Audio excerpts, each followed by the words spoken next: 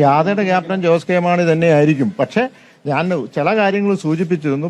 ഈ പറയുന്ന നീണ്ട ദിവസങ്ങളുള്ളത് കൊണ്ട് അതിനകത്ത് പാർലമെന്റ് ഉണ്ട്, ബഡ്ജറ്റ് ഉണ്ട്.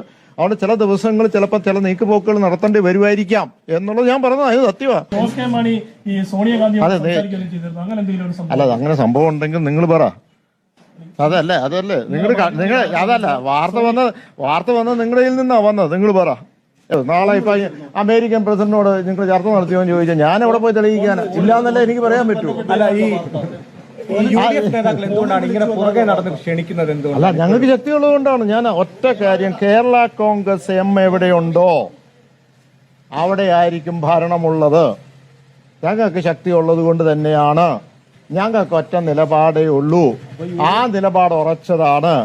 കേരള കോൺഗ്രസ് പാർട്ടി നേതൃത്വം ഏത് തീരുമാനമെടുക്കുന്നോ ആ തീരുമാനത്തിനോടൊപ്പം മുഴുവൻ 5 MLA മാരും ഉണ്ടാകും.